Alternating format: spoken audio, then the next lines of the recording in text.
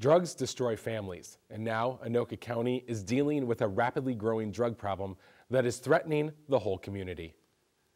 Illegal drugs are being brought into Anoka County by international drug cartels that have targeted this area for expansion. Anoka County officials are not taking this threat lightly and are working to combat this rise in drug trafficking, but they cannot do it alone. The community is being called on to join the fight by becoming educated about the problem and vigilant in keeping their families safe. Here's Ben with more. 5 years ago, Anoka County was in the midst of dealing with an out-of-control meth problem.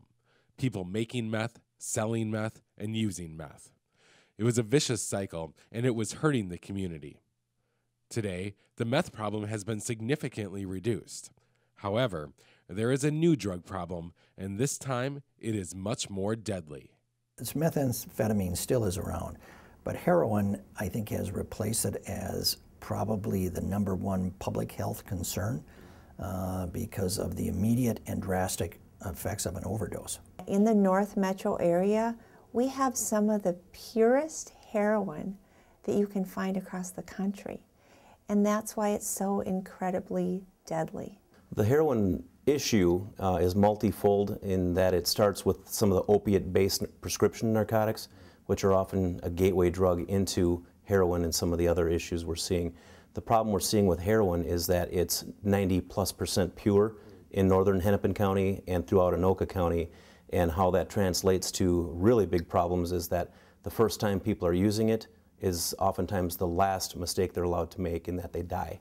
According to the Drug Enforcement Agency for this area, the supply, certainly in the Minneapolis-St. Paul area, and especially in southern parts of Anoka County, is some of the purest in the country. And it is being supplied by international cartels. Anoka County has become a heroin hotbed, and with international drug cartels behind the influx of the drug, it is very tough to control. Primarily, we feel we're being targeted because it's an untapped marketplace in which there's money. And the cartels and others that are marketing, that's what they do. They're treating it like a business, and there's a lot of money to be made. And so they are coming to the Twin Cities, and they are making sure that they establish themselves very strongly and very securely.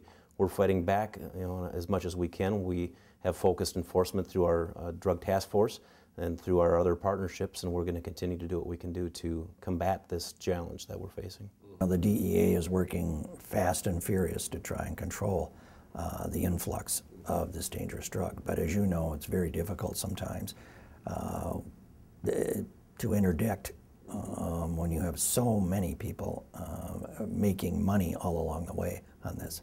Very difficult. Honestly, until we as a nation truly declare war against drugs and declare that we intend to win, we're going to continue to see these problems. And we're in a very difficult situation in that these drug cartels, all they care about is the dollars. They don't care about your kids, they don't care about my kids, and they don't care about how many victims they have along the way.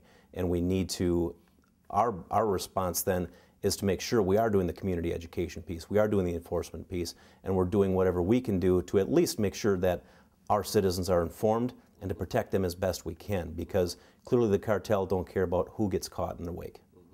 With a steady pipeline of heroin from the cartels, the cost of the drug is relatively cheap, but the ultimate cost of using is much higher. It could be that the first time you try it is your last time you try it because you may not make it. That's just the reality of the situation. One weekend in Blaine, the police chief told me that on the same weekend they found 2 people opposite sides of the city dead with needles in their arm. As soon as they had taken it, they died. And the users themselves are not the only ones being affected by this issue. Consistently, we see as people are using narcotics, it becomes an addictive behavior, and that addictive behavior typically leads to assaults, leads to robberies, leads to burglaries, it leads to whatever it takes to continue feeding that addiction. And that's where people who would say that the narcotic only affects the individual who chooses to put it in their own body, they're mistaken, because it impacts our businesses, it impacts our neighborhoods. Anywhere where there's something to be stolen or a family to be victimized, that's what's happening as a result of trying to feed these narcotics. Commissioner Sivaraja, Sheriff Stewart, and Attorney Palumbo have formed a partnership to take on heroin, and they are starting by educating the community on the problem with 3 community forums. Many times when people think about forums, they think, oh, I'm just going to go there, I'm going to hear a bunch of statistics about what's happening. That's not it at all. There will be people who are recovering addicts who are going to share their story, how they hid it from their parents, what to look for. I think that those personal stories as well as from family members who have unfortunately lost children to heroin overdoses, I think that those stories are very powerful, and I think that's really what's going to make the difference. Our goal in these forums, Ben, is to educate people to understand the culture of someone who gets pulled into this type of situation, recognize what the signs are, and make sure that they are aware of community resources if they find themselves in this kind of a situation. Unless we get the community involved, unless we let parents know what's happening and what to look for, we really aren't going to be able to change what's happening.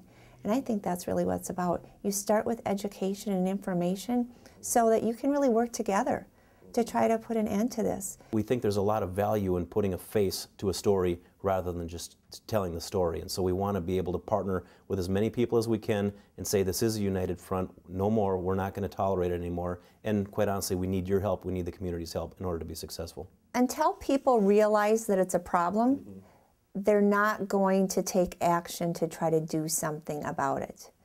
And so by getting information out in the media, by sharing information with parents, by sharing information in the schools, I think information is power. And until people recognize that there's a problem, they're not going to be willing to step in and do anything about it. Get the word out, educate the public, educate parents. For starters, go into that medicine cabinet.